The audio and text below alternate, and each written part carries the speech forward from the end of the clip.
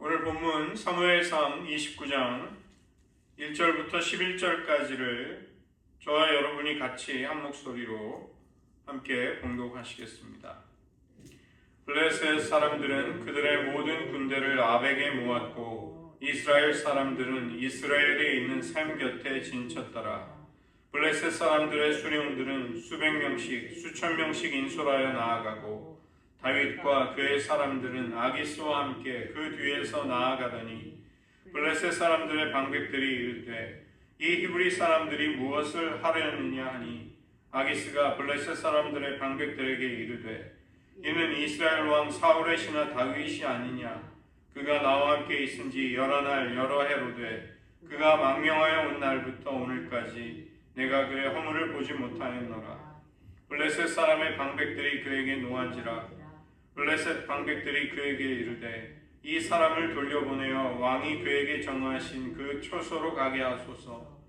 그는 우리와 함께 싸움에 내려가지 못하리니 그가 전쟁에서 우리의 대적이 될까 하나이다. 그가 무엇으로 그 주와 다시 화합하리이까? 이 사람들의 머리로 하지 아니하겠나이까? 그들이 춤추며 노래하여 이르되 사울이 죽인 자는 천천히요 다윗은 만만히로다 하던 그 다윗이 아니니까 하니 아기스가 다윗을 불러 그에게 이르되 여호와께서 살아계심을 두고 맹세하노니 내가 정직하여 내게 온 날부터 오늘까지 내게 악이 있음을 보지 못하였으니 나와 함께 진중에 출입하는 것이 내 생각에는 좋으나 수령들이 너를 좋아하지 아니하니 그러므로 이제 너는 평안히 돌아가서 블레셋 사람들의 수령들에게 거슬러 보이지 말라 하니라. 다윗이 아기스에게 이르되 내가 무엇을 하였나이까? 내가 당신 앞에 오늘까지 있는 동안에 당신이 종에게서 무엇을 보셨기에 내가 가서 내 주 왕의 원수와 싸우지 못하게 하시나이까 하니 아기스가 다윗에게 대답하여 이르되 네가 내 목전에 하나님의 전령같이 선한 것을 내가 아나 블레셋 사람들의 방백들은 말하기를 그가 우리와 함께 전쟁에 올라가지 못하리라 하니 그런즉 너는 너와 함께 온 내 주의 신하들과 더불어 새벽에 일어나라. 너희는 새벽에 일어나서 발거진 곧 떠나라 하니라. 이에 다윗이 자기 사람들과 더불어 아침에 일찍이 일어나서 떠나 블레셋 사람들의 땅으로 돌아가고 블레셋 사람들은 이스라엘로 올라가니라. 기도하시겠습니다. 하나님, 우리들 역시 인생의 위기를 겪을 때 위기 앞에 놓였던 다윗과 사울이 서로 대조적인 길을 왜 가게 됐는지 저희들 깨달으면서 우리들의 생애 속에 위기 가운데도 지켜주시고 살 길을 열어주시는 그 하나님을 언제나 만나 배웠고 그 하나님 편에서 살아갈 수 있게 도와주시옵소서. 모든 말씀 예수님의 이름으로 기도드립니다. 아멘. 오늘 이 시간에는 28장과 9장 두 장에 걸쳐서 다윗의 삶을 살펴보겠습니다. 다윗은 사울에게 추격을 당하다가 결국은 자기가 예전에 너무나 굴욕적으로 쫓겨났던, 속이고 자기 목숨을 구걸해야 했던 블레셋 사람의 땅으로 망명하게 됩니다. 그는 거기서도 거짓말로 상황을 모면하면서 살아가다가 그로 인한 이제 어려움에 빠지게 되는 것이죠. 그것이 28장 1절부터 3절에 나오는 다윗의 상황입니다. 몸을 의탁하고 있는 블레셋 왕 아기스의 신뢰를 얻기 위해서 그는 자기가 유다 땅에 속한 성읍들을 약탈하고 있다는 거짓 보고를 합니다. 그러나 실상은 블레셋에게 우호적인 그술 사람, 기르스 사람, 그리고 이스라엘의 원수인 아말렉 사람을 침략해서 그 땅을 약탈하고 거기 있는 사람들을 진멸함으로써 다른 행동을 했던 것이죠. 다윗의 이런 거짓말에 완전히 속은 아기스는 블레셋이 이스라엘과 전쟁을 하기 위한 군대가 소집이 될 때 다윗과 그의 수하들이 그 전쟁터에 나가야 한다고 다윗을 부르는 것입니다. 그것에 대해서 다윗은 왕이 시키는 대로 행하겠나이다. 종이 행할 것을 아십니다. 이것은 블레셋 왕이 시키는 것을 내가 다 하겠노라. 그런 마음의 표현인 것이죠. 아기스는 너무나 감격한 나머지 만일 그렇게만 한다면 나는 너를 평생토록 나의 무기를 드는 자, 호위 대장으로 삼겠다. 이렇게 선언을 합니다. 아기스 입장에서 다윗에게 높은 지위를 줌으로써 최대한의 호의를 베풀겠다는 것입니다. 이런 아기스의 제안은 다윗을 진퇴양난의 어려움에 빠뜨리게 되는 것이죠. 동족과 전쟁을 할 수도 없고 그렇다고 아기스의 명령을 거절할 수도 없는 어려운 상황에 빠지게 된 것입니다. 미래의 왕으로서의 부르심을 생각한다면 도저히 자기 형제들에게 손을 댈 수는 없는 것이죠. 그러나 눈앞의 현실, 생명을 건지기에 급급한 어려운 상황에서 거짓된 충성을 계속 보여야 하는 것이 다윗의 처지였던 것입니다. 사울은 그에게 돌아오라고 했지만 그의 회개를 믿을 수가 없었고 사울의 곁에서 그를 충동질하는 사람들도 많았던 것입니다. 그 때문에 다윗은 본인도 원하지 않았고 그리고 미친 척하면서 겨우 생명을 부지해서 도망쳤던 그 블레셋 원수의 나라로 다시 피할 수밖에 없었던 것입니다. 3절을 보시면 이 사무엘의 죽음이 언급이 되는 것은 사무엘을 통해서 받았던 하나님의 신탁, 하나님의 인도가 더 이상 사울 왕에게 없음을 말해주기 위한 것이죠. 사울은 신접한 자와 박수를 이스라엘 영토에서 쫓아냈는데 과거에 그가 했던 일이었습니다. 신접한 자와 박수는 신명기 18장 11절에 따르면 죽은 자의 영혼을 불러내는 초혼술, 하나님이 금지한 마법 같은 것을 행함으로써 그들의 모든 활동은 이스라엘 땅에서는 금지가 되고 그들을 죽이라 하나님은 그렇게 명령하셨던 것입니다. 사울 왕이 그것에 순종을 했던 것이 그런 이력이 있었던 것이죠. 지금 블레셋이 이스라엘과 전쟁을 위해 수넴에 진을 치게 되자 사울은 길보아라는 땅에 이제 맞은편에 진을 치게 됩니다.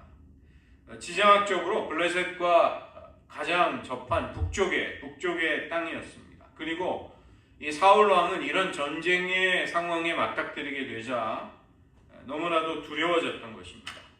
사울이 느꼈던 큰 두려움은 그가 하나님의 신탁, 하나님의 인도와 말씀을 구하고자 하는 절박한 원인이 되는 것이죠. 그는 하나님의 뜻을 묻지만 꿈으로도 우림과 둠밈으로도 선지자로도 어떤 방법으로도 하나님은 그에게 대답하지 않으시고 이 침묵은 하나님이 그를 버리셨음을 의미하고 있는 것입니다. 사울 왕은 녹당에 있는 제사장들을 죽임으로써 우림과 둠밈으로 하나님의 뜻을 그에게 밝혀줄 제사장들에게 악한 행동을 하였습니다. 하나님과의 관계가 끊어진 그에게 어떤 계시적인 꿈이 주어지지 않고 선지자 사무엘이 죽게 됨으로써 하나님의 뜻을 알려줄 수 있는 사람이 그의 곁에는 없었던 것입니다. 그러자 사울은 놀랍게도 자기가 이스라엘 영토에서 쫓아냈던 죽은 영혼을 불려 올려서 예언을 듣는 그 방법을 사용하기 위해서 신접한 여인을 수색해서 찾아내라는 명령을 내리게 됩니다. 신하들은 엔돌에 신접한 여인이 있음을 알려주는데 그 여인에게 찾아가는 사울의 이런 행동, 그의 상태는 그가 하나님께 완전히 버림을 받고 영적인 파탄에 이르렀음을 보여주는 것이죠. 28장과 29장을 보시면 사울과 다윗 왕 모두 종류는 다르지만 이럴 수도 저럴 수도 없는 위기, 어려운 난관을 두 사람 모두가 다 맞닥뜨리고 있는 것을 보게 됩니다. 그러나 하나님과의 관계가 끊어진 사울에게는 갈 곳이 없게 되는 것이죠. 그는 파멸을 향해서만 갈 수밖에 없었던 것입니다. 반면에 다윗은 하나님이 위험으로부터 보호하시고 감당할 수 없는 시험으로부터 피할 길을 주시는 은총을 경험하게 되는 것이죠. 우리들의 생애 속에서도 누구에게나 종류와 양상이 다를지라도 위기와 어려움이 닥쳐오기 마련입니다. 그때 우리는 하나님과 평소에 어떤 관계를 맺고 있는가에 따라 완전히 다른 길을 가게 되는 것입니다. 관계와 우정과 친밀함이라는 것은 갑자기 쌓을 수가 없는 것이죠. 마음을 나누고 함께 동행하는 긴 시간, 관계에 대한 헌신, 상호 간의 친밀함, 그것이 관계를 세워나갈 수가 있는 것입니다.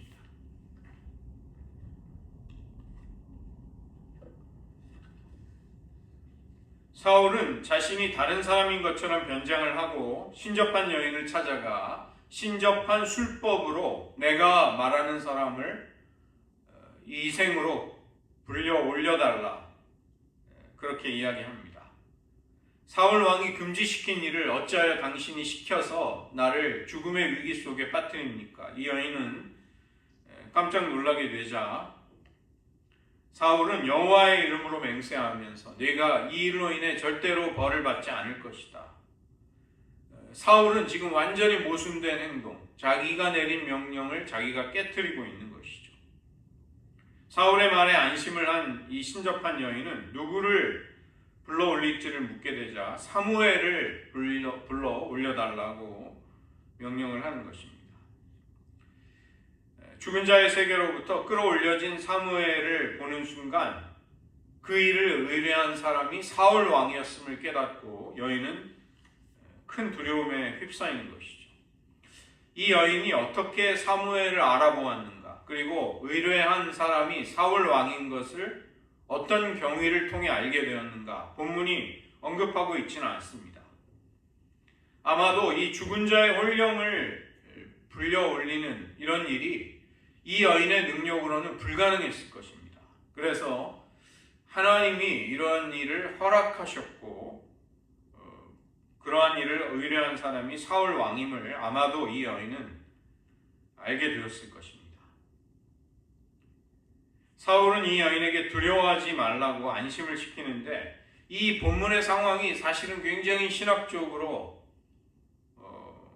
풀기 어려운 난제를 안고 있는 것이죠. 정말로 불려 올려진 혼령이 사무엘인가에 대한 논란이 먼저 생깁니다.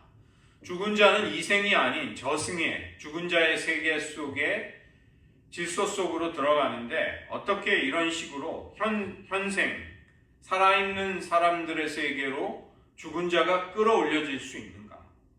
그 다음에 만약에 그렇다면 그때 나타난 혼령, 이 귀신은 사탄의 졸개인가 아니면 죽은 자의 혼령인가? 이런 문제가 또 생깁니다. 한국교회의 그 이단으로 정죄된 김기동이라는 목사, 예전에 베레아 아카데미라는 것을 통해서 죽은 자의 자연수명 120년을 채우지 못한 사람이 귀신이 된다. 60세에 죽으면 120세라는 자연수명을 채우기까지 60년 동안 그 사람의 죽은 자의 혼령은 귀신으로 활동한다. 이런 주장을 했죠.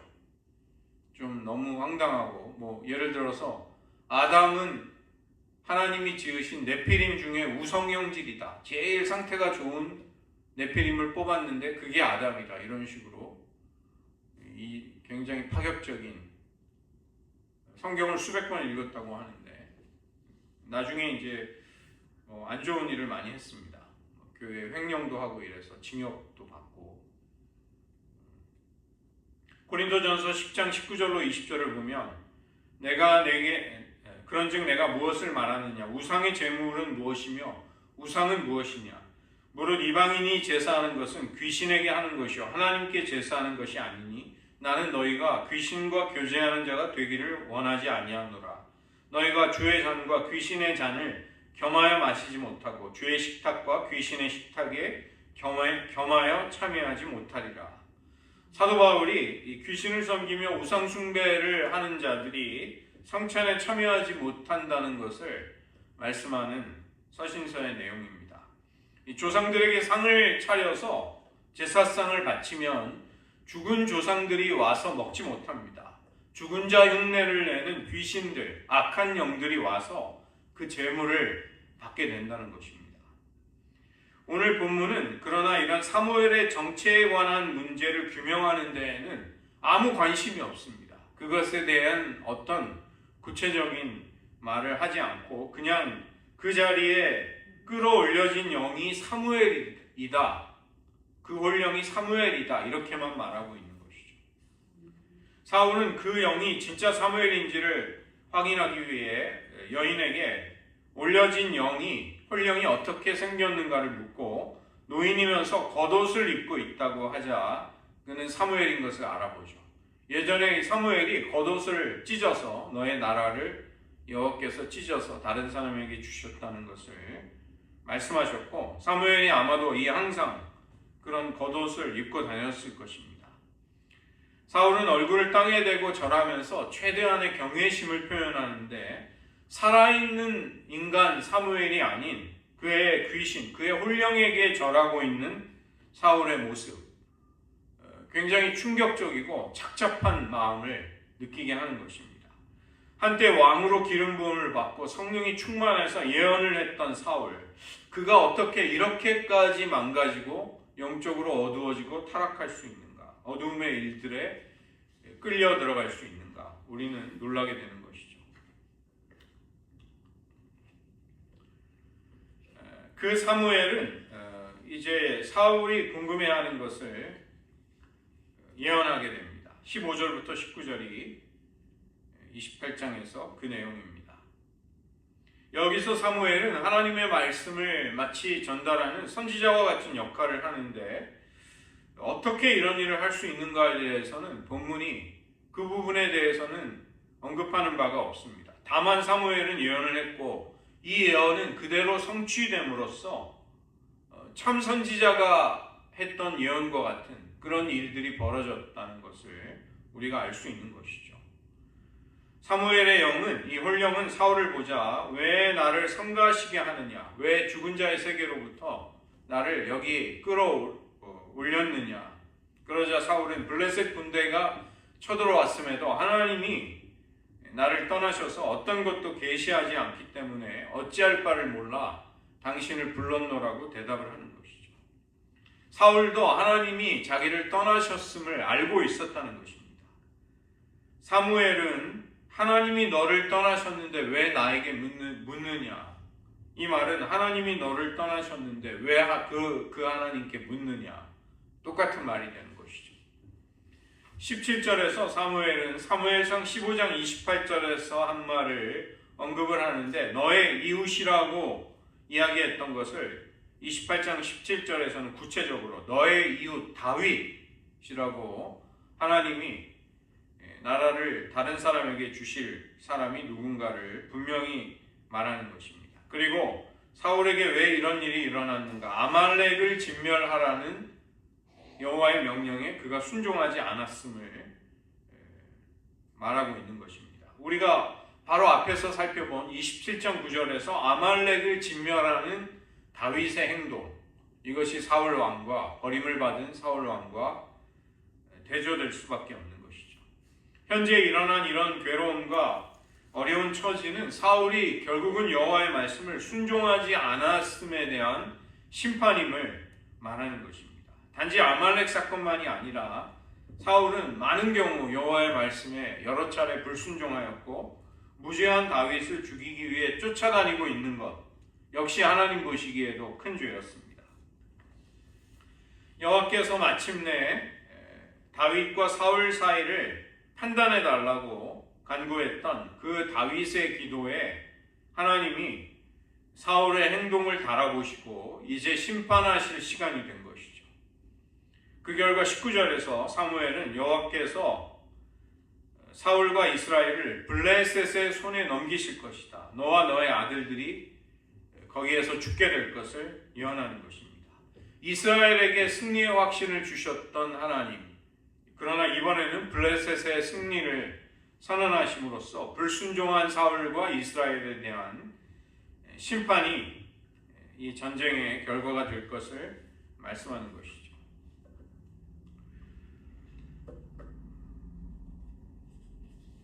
사무엘의 예언을 듣게 된 사울은 너무나도 두려워서 기력이 쇠진해서 땅에 엎드려져 버립니다. 내일이면 자신과 아들들이 죽게 된다는 말을 듣고 사실 두렵지 않을 사람은 없을 것입니다. 하루 동안 아무것도 먹지 못해서 그는 기력이 없기까지 했습니다. 그가 전쟁에 대한 걱정 때문에 혹은 죽은 자의 혼령을 불러올리는 그런 비상한 일을 해서인지 모르지만 아무튼 그는 기운이 없어서 완전히 땅에 엎드러졌는데 이런 모습을 사람들이 보기에 불쌍하고 애처롭기까지 한 그런 모습이었던 것이죠. 이 엔돌의 신접한 여인은 내가 당신의 말을 들은 것처럼 이번에는 내 말을 들어달라. 음식을 만들어 올 테니 먹고서 힘을 차리라고 그렇게 권유했던 것입니다. 사울의 이 불쌍하고 비극적인 죽음의 예고 앞에 선 이 왕의 모습, 그가 가는 마지막 길을 어떻게든 위로해주고 싶은 그런 마음이 느껴지는 것이죠. 자신의 집에 있는 송아지를 잡고 무교병을 만들어서 사울 왕에게 마지막 만찬을 베풀어 주는데 사울 왕이 왕으로서 정중하고 사람들에게 최선을 다한 대접을 받는 거의 마지막 장면처럼 그렇게 보이는 것입니다. 사울과 신하들은 차려준 음식을 서둘러 먹고 지체하지 않고 일어나 전쟁이 일어나게 될 길보아로 떠나게 되는 것이죠. 사형수가 그 사형 집행이 시작되기 전에 마지막 원하는 만찬을 제공해 준다고 합니다. 바로 그런 비장한 분위기가 여기에서 느껴지는 것이죠. 하나님께 불순종하다가 버림을 받은 사울이 얼마나 마지막을 비참하게 맞이하는가, 그것을 우리는 보게 됩니다. 하나님의 선택으로 늠름하고 용감했던 사울, 사람들보다 백성들보다 어깨 위가 하나 더 높았던 그 늠름한 왕이었던 사울은 온데간데 없고 자신의 힘과 능력의 원천이 되시는 하나님께 버림을 받자 두려움에 떨고 있는 나이든 초라한 왕, 그런 사울밖에는 이 자리에 남지 않게 된 것입니다. 우리는 우리의 힘의 원천, 우리의 능력의 근원이 우리 자신이나 나의 지위, 나의 환경에 있지 않음을 잊지 말아야 하겠습니다. 우리의 힘과 능력의 근원이 하나님께 있다면 언제나 그분께 순종해야 하는 것이 인생의 본분임을 우리는 잊지 말아야 한다는 것입니다.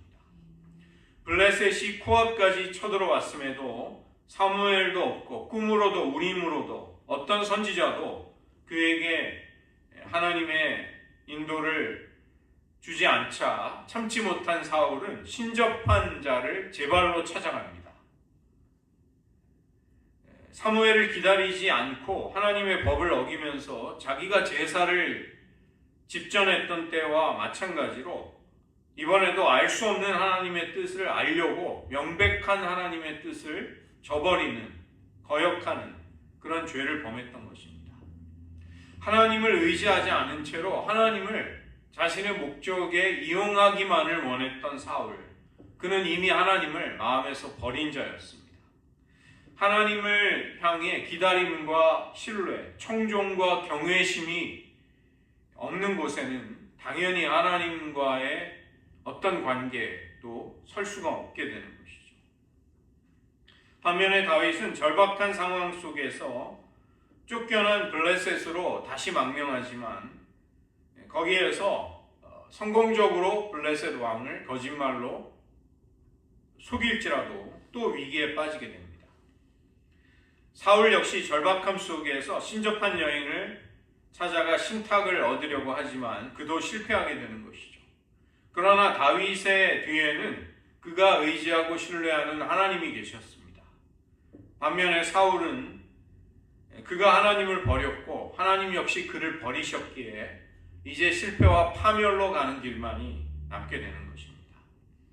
인생의 성패는 사람의 지혜에 달려있는 것이 아니라 우리의 인생의 주관자가 되시는 하나님을 어떻게 신뢰하는가, 어떻게 대하는가에 달려있게 되는 것이죠. 하나님은 사무엘을 통해 사울에게 임할 심판을 구체적으로 마지막으로 선고하십니다. 내일 블레셋과의 전투에서 죽을 것이라는 사실을 알게 하시는 것이죠. 한때 하나님의 택하신 자, 하나님의 신에 감동된 자였지만 여호와의 목소리를 계속 청종하지 않게 되자 그는 하나님의 백성으로 남을 수 없게 된 것입니다. 사울이 하나님을 버렸고 그러자 자기 자신도 버림을 받아 그의 인생은 잃어버린 바가 된 것이죠. 하나님이 자신을 버렸다는 말에 충격을 받고 사울은 먹고 마시는 것을 하지 못한 채로 탈진해 버립니다. 친접한 여인은 그녀에게 음식을 먹을 것을 권유해 주는 것이죠. 불순종으로 계속 살아왔던 사울이 이 여인, 엔돌의 신접한 여인과 부하들의 간곡한 권면으로 저녁 식사를 하게 되지만 아마도 그의 인생에 가장 쓰디쓴 음식이었을 것입니다. 인생의 마지막 순간까지 여호와의 목소리가 아닌 우상의 목소리, 자기 욕망의 소리를 귀 기울이다가 하나님을 경외하는 대신에 그 하나님을 어떻게든 이용하려고 하면서 인생의 마지막 길을 그는 떠나고 있는 것입니다. 반면에 29장으로 가면 다윗의 위기와 또 그에게 베풀어지는 하나님의 은총이 나오는 것이죠. 28장 1절부터 2절에 다윗의 위기가 언급이 되지만 갑자기 사울이 겪는 위기를 말하는 것은 다윗이 겪는 위기와 사울의 위기를 나란히 옆에 배치해서 보여주기 위해서 사울이 겪는 일을 그 가운데 끼워 넣은 것입니다. 그 때문에 다윗의 위기가 이제 28장 1절과 2절로부터 29장으로 이어지게 되는 것이죠. 뒤에 나오는 29장과 30장은 다윗의 위기가 하나님의 은총에 의해서 어떻게 해결이 되고 하나님이 함께 하시는 사람이 어떤 형통한 길을 가게 되는가를 보여준다면 31장은 여기 28장에서의 예언이 어떻게 사울에게 성취되는가, 사울의 운명을 보여주고 있는 것입니다. 블레셋은 이스라엘과 전쟁하기 위해 아벡이라는 곳에 모이게 되고 그 다음에 이스라엘 산지로 올라가서 진을 치게 됩니다. 이스라엘 백성들은 이스라엘 샘 곁에 진을 쳤는데 여기가 하롯샘입니다. 기드온이 사사시대에 미디안과 전쟁을 하기 위해 이곳에 진을 쳤던 적이 있습니다.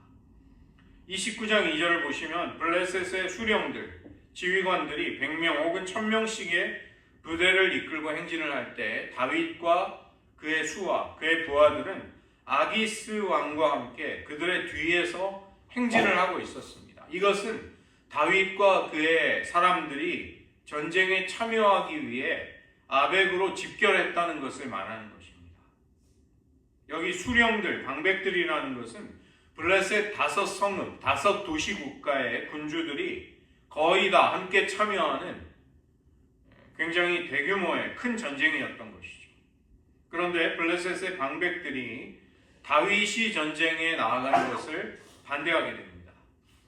다윗과 그의 군사들을 히브리 사람이라고 낮추어 부르고 있는 것이죠. 이 말은 이방인들이나 소외계층의 사람들을 비하하면서 낮추어 부르는 말이었습니다. 히브리라는 말은 강을 건너온 사람들이라는 뜻입니다. 유대 사람들의 민족적인 기원. 근데 이 비슷한 말로 하비루라는 말이 있는데 하비루는 고대 근동에서 특정한 혈통이나 민족이 아니라 소외되고 경멸을 당했던 낮은 사람들, 그들을 부르는 말이죠. 그래서 히브리와 하비루가 많은 구약성서학자들은 연관성을 가진다고 보는 것입니다. 고대 근동의 강대국들이 이스라엘 민족의 보잘것없는 유목민으로서의 삶과 노예 신분을 묘사할 때 그들을 하비루라고 이렇게 불렀던 것이죠. 그러나 히브리는 아브라함의 혈통을 잇는 이 민족을 지칭하는 표현이 된 것입니다. 그만큼 블레셋 이 방백들은 다윗과 그의 군사들을 이방인 취급하고 깔보면서 낮추어 부르고 있었던 것이죠. 그리고 아기스가 왜 그런 자들을 전쟁에 데리고 왔는가를 우리는 이해하지 못하겠다고 말하는 것입니다.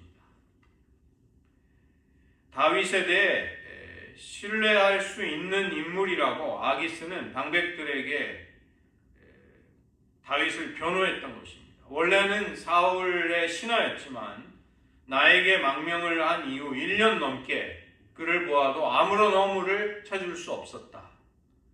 아기스 입장에서 볼 때는 유다 지역을 노략해서 전리품을 자기에게 가져다주는 충성된 신하, 자기 사람으로 믿었던 것입니다. 이것은 시글락과 가드가 멀었기 때문에 다윗이 정보를 철저하게 차단하려는 노력이 성공했다는 것이죠. 그 때문에 아기스 왕은 다윗이 유다 지역이 아닌 유다의 남쪽에 사는 적들을 노략하고 다녔다는 사실을 전혀 몰랐던 것입니다. 아기스의 옹호하는 말에 블레셋 방백들은 분노하게 됩니다. 그리고 다윗을 돌려보낼 것을 요구하는 것이죠. 다윗이 막상 전쟁터에 가서 우리들의 대적이 되어서 싸울 수 있다고 그들은 이야기합니다. 블레셋 사람의 머리를 베어서 가지고 가서 자기의 주 사울 왕과 화해를 할 수 있을 것이다. 이 블레셋의 방백들은 지금 다윗이 사울과 얼마나 심각한 불화를 겪고 있는가를 잘 알지 못하였습니다.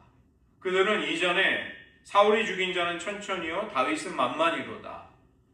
그 다윗을 칭송했던 노래를 기억했던 것이죠. 21장에서 또 다른 블레셋 왕 아기스가 다윗을 의심의 눈초리로 보게 했던 그 노래, 그 승전가, 그것을 굉장히 오랜 시간이 지났음에도 블레셋 사람들은, 방백들은 기억하고 있었습니다. 그들의 눈에 다윗은 여전히 골리앗을 죽인 이스라엘의 영웅으로 비춰졌던 것입니다. 이것은 다윗에 대한 불신과 두려움이 묻어나고 있었던 것이죠. 지금 다윗을 곁에 두고 1년 4개월을 함께 보낸 아기스보다도 블레셋의 방백들이 다윗을 더 정확히 바로 보고 있었다는 것입니다. 다윗이 결코 블레셋 편이 될 수 없는 이유는 그가 미래에 이스라엘의 왕이 될 인물이었기 때문입니다. 그러나 아기스 왕은 자신에게 충성을 바치는 이방인 신하, 어쩌면 자기 호위 대장쯤이 될 수 있는 제목으로 그렇게밖에는 다윗을 보지 못했던 것이죠. 방백들의 생각하지 못했던 반발로 인해서 아기스는 다윗을 불러 너와 너의 수하들이 전쟁터에 갈 수 없다는 것을 알려줍니다. 정말 특이한 것은 다윗에게 미안한 표현을 표현하기 위해서 이스라엘의 하나님이신 여호와의 살아계심을 두고 맹세한다.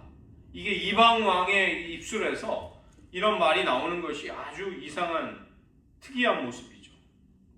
29장 6절입니다. 당시 고대 근동에는 여러 신들을 섬기는 다신교의 세계였기 때문에 다른 나라의 다른 민족의 신들을 사람들은 알고 있었습니다.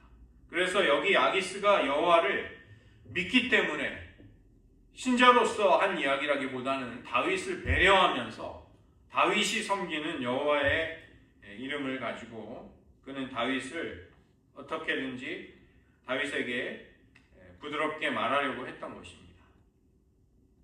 블레셋의 수령들이 전쟁터에 나가는 것을 좋지 않게 여기기 때문에 어쩔 수 없이 돌려보낸다는 유감스러움을 그는 이야기하려고 했던 것이죠.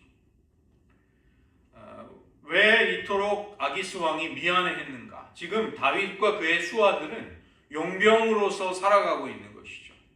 용병은 전쟁터에서 명성을 얻고 전쟁터에서 노력한 것을 통해 경제적인 이득을 취하게 됩니다. 그래서 다윗과 그의 수하들이 큰 이익을 얻을 수 있는 기회를 박탈하는 것에 대해서 아기스 왕은 미안한 마음이 있었던 것입니다. 그러나 이번에는 조용히 돌아가라. 새벽이 되면 바로 떠나라. 그는 그런 이야기를 하는 것이죠. 이 아기스의 말을 들었을 때 다윗은 속으로 하나님이 나를 이 엄청난 위기에서 벗어나게 하셨다는 것에 안도의 숨을 쉬었을 것입니다. 정말로 하나님이 나를 돕고 계시는구나. 그런데 다윗은 전혀 내색을 하지 않고 아기스 왕 앞에서 기가 막힌 연극을 합니다. 이전에 또 다른 아기스 앞에서 미친 사람과 같은 그 행동을 했던 것처럼 이번에는 아기스에게 항의를 하는 것이죠. 왜 저의 진심을 몰라주십니까? 내가 무슨 잘못을 했기에 내 주인의 원수와 싸우는 것을 막으십니까?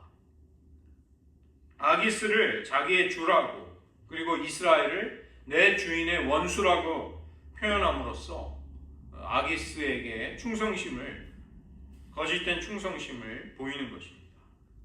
다윗의 항의에 아기스는 진심으로 미안해하면서 다윗을 하나님의 전령처럼, 하나님의 사자처럼 진실하다, 너에게는 어떤 악이 없다, 거짓이 없다, 이렇게 다윗을 대했던 것입니다.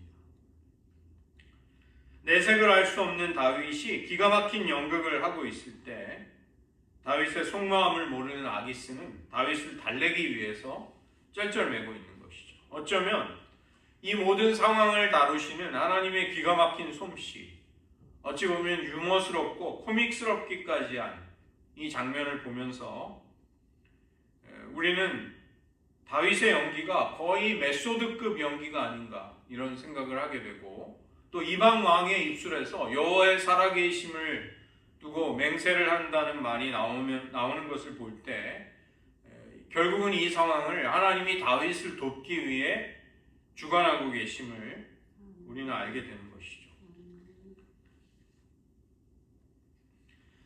아기스는 실제로 자신이 아닌 하나님을 섬기고 있는 다윗에게 속아서 그런 평가를 내리게 됩니다. 너에게는 어떤 악도 없고 허물도 없고 선하다. 이것은 하나님이 원수의 입술을 통해 다윗에게 내리신 평가이기도 한 것입니다. 하나님만을 진정한 주인으로 모시려는 다윗의 중심, 이것은 하나님과 세상 사람 모두에게 인정을 받게 되는 것이죠. 다윗의 용맹함을 칭송하면서 부른 노래, 놀랍게도 그 노래를 기억하던 블레셋 방백들을 통해 다윗을 큰 위기로부터 건져내 주십니다. 만약에 블레셋 왕의 신하로 이스라엘과 싸우는 전쟁터에 다윗이 나갔더라면 그런 사람은 결코 이스라엘의 목자가 될 수는 없는 것입니다. 예전에 다윗이 사울과 싸워서 이길 수 있는, 사울의 목숨을 취할 수 있는 기회를 스스로 포기하고 하나님께 맡기자 하나님은 마온 광야에서 갑작스럽게 쳐들어온 블레셋을 통해 사울의 손으로부터 다윗을 구원해 주셨습니다. 그리고 이번에도 다윗을 높이는 승전가를 기억하던 블레셋 방백들을 통해서 다윗을 구출해 내신 것이죠. 자신이 손가락 하나 까딱할 수 없는 긴박한 상황에 놓여 있는 다윗, 그런 다윗을 건져내어 주셨듯 하나님은 우리에게도 그런 구원을 베푸실 수 있는 분이십니다. 다윗은 이번에도 먼저 번 미치광이 연기를 했던 것처럼 전쟁에 나가지 못하는 것에 대한 큰 실망을 한 듯한 연기, 이것을 통해 위기에서 벗어나고 있습니다. 성경에도 많은 이 속임수와 거짓말이 나오는데 모두 똑같다기보다는 원수들을 속이기 위한 그런 성격의 속임수들이 있는 것이죠. 정탐꾼들을 숨겨준 여리고성 가나안 여인 라합의 거짓말, 또 모압 왕 에글론을 속여서 암살했던 에훗, 가나안 왕 야빈의 군대 장관 시스라를 안심시켜서 잠들게 하고 자기 장막에서 말뚝으로 박아 죽인 여인 야엘의 속임수, 그리고 블레셋을 여러 번 농락하면서 마지막에는 구경거리처럼 끌려 나왔지만 신전을 지탱하는 기둥을 무너뜨리면서 원수들을 몰살시켰던 삼손의 속임수, 이러한 것은 하나님의 주권을 신뢰하는 사람들이 자기 백성을 구원하는 하나님의 통로가 되었던 그런 사건들이었습니다. 예수님의 십자가 역시 세상 사람들의 눈에 보기에는 가장 어리석고 가장 무기력해 보였지만 사실은 하나님을 대적하는 모든 불의를, 악을 심판하는 그런 자리가 됐던 것이죠.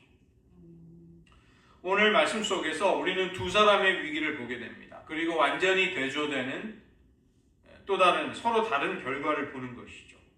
어느 누구라도 두려워하고 무서워할 만한 위기와 어려움이 우리들의 생애 속에 찾아오게 됩니다. 그때 두려움을 느낀다는 것, 그 감정 자체가 죄는 아닌 것이죠.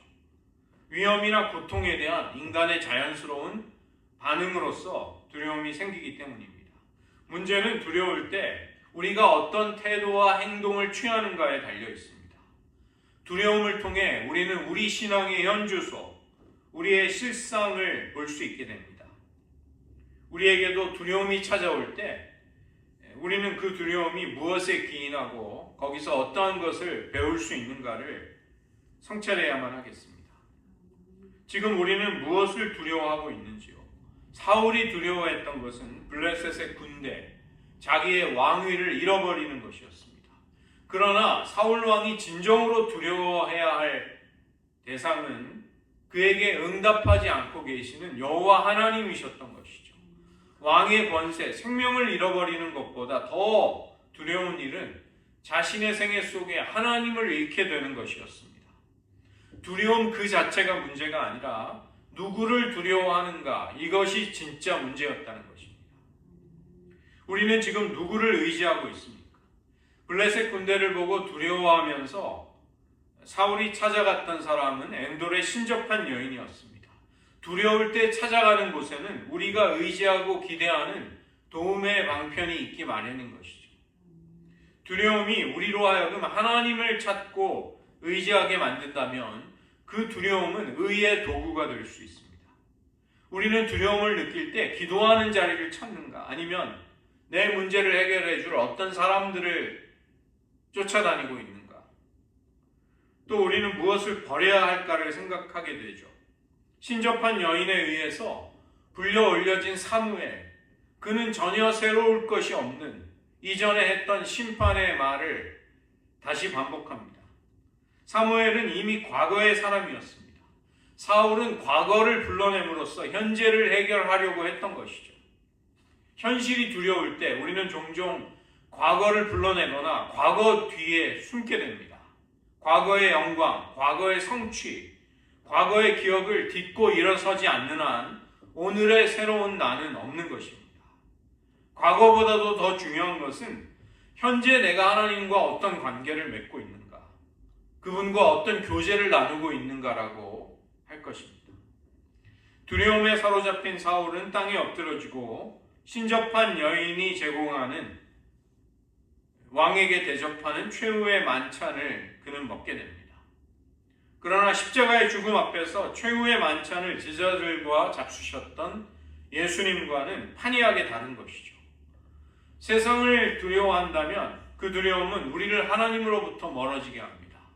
그러나 하나님을 두려워한다면 우리는 세상을 이길 수 있게 될 것입니다. 위기를 겪었지만 다른 결과를 맞이하는 다윗을 보게 됩니다.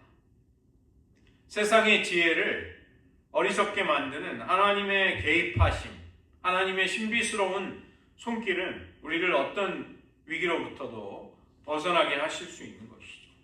속수무책의 상황, 어디에도 우리 편을 찾을 수 없을 때, 내 능력과 지혜에 분명한 한계가 있을 때, 다윗은 바로 그런 상황 속에 꼼짝없이 자기 동족들과의, 형제들과의 전쟁터로 끌려가 칼을 겨누어야만 자기가 살 수 있는 딜레마에 빠지게 됩니다.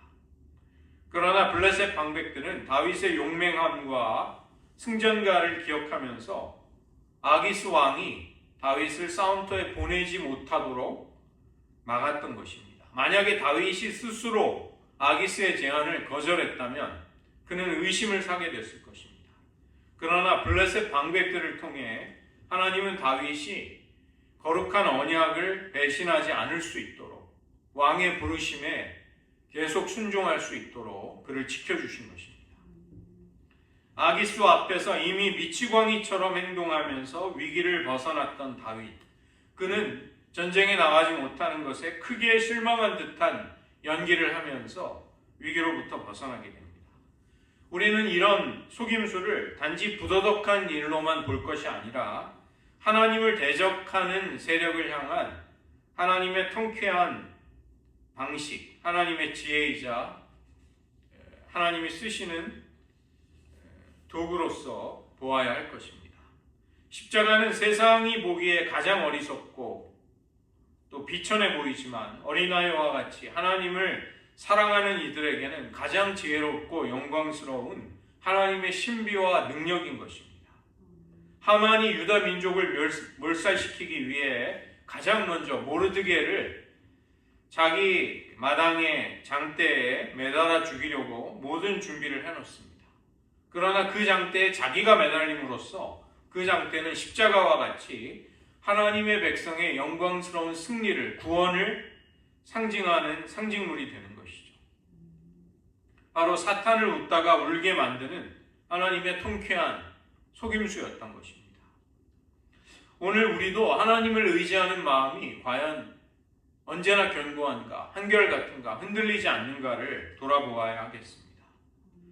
세상이 얼마나 간교하고 악한지 우리를 사실은 주눅들게 하는 것이죠.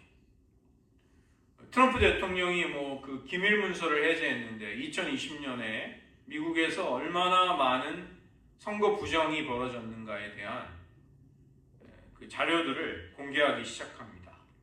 그때 많은 사람들이 민주주의 국가에서 그런 일은 결코 일어나지 않는다고 확신하였습니다. 주류 미디어가 절대로 보도하지도 않던 사실이었습니다. 그러나 지금 세상의 본질은 끔찍한 악을 통해서 우리의 영혼을 사실은 사로잡으려고 하는 것이죠. 이런 위기의 때에 우리를 도우시는 하나님만을 우리가 붙들고 의지하며 바라볼 수 있게 해달라고 우리도 은혜를 구해야 하겠습니다.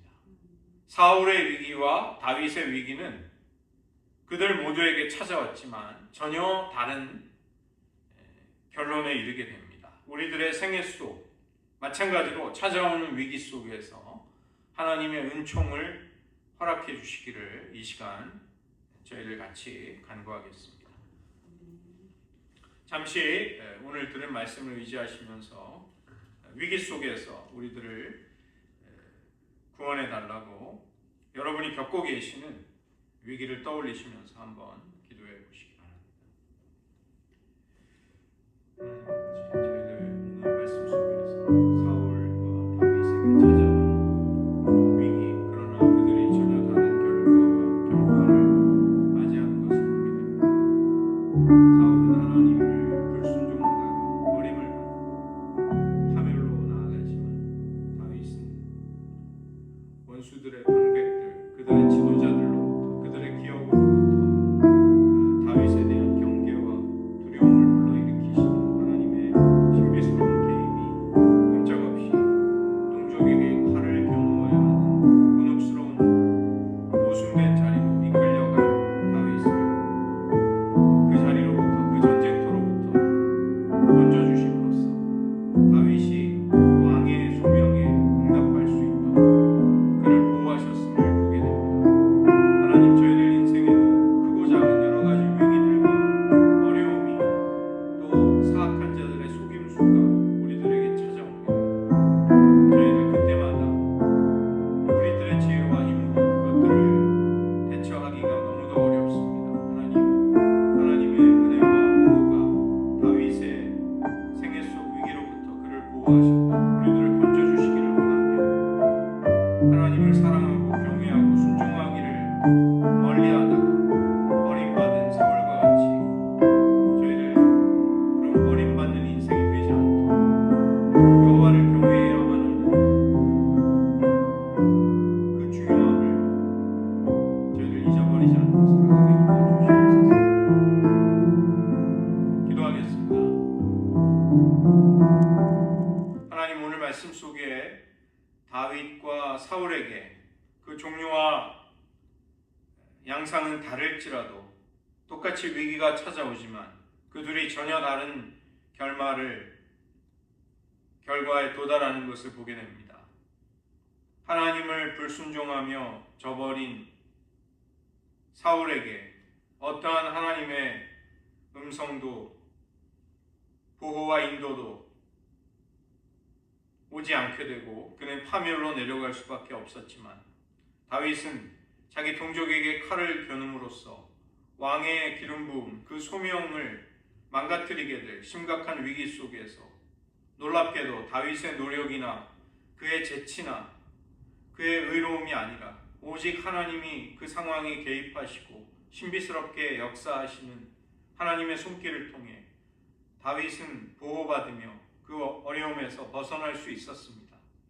하나님, 저희들 인생을 살아가는 동안 우리들의 삶 속에 얼마나 많은 위기와 또 도전들이, 시험과 유혹들이, 속임들이 찾아오는지요. 우리가 그때마다 우리의 인간적인 수단으로 우리 자신을 지킬 수 없음을 고백합니다.